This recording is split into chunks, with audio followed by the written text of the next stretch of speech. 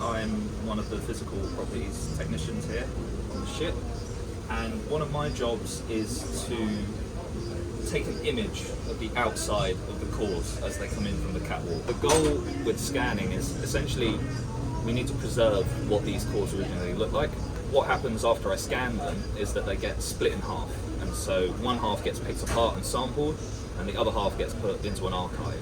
So the two halves don't meet ever again. So these images are the only evidence of the full core, and we take these images at a high resolution, so you can actually zoom really far in and look at the details of the rock. You can also use these images for things like core log integration, so that's where we look at the outside of the core, and we also look at the inside of the borehole, and we try and match up where the core came from in the borehole. And so these images are perhaps the only means of doing that with the core itself.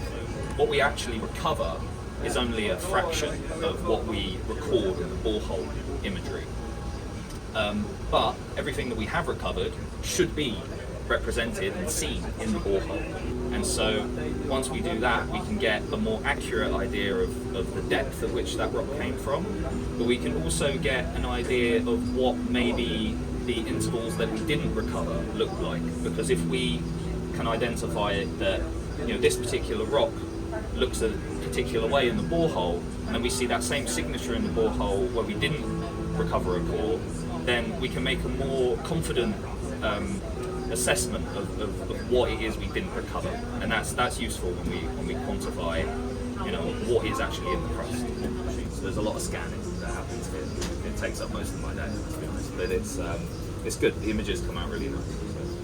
So, it takes a few minutes to scan.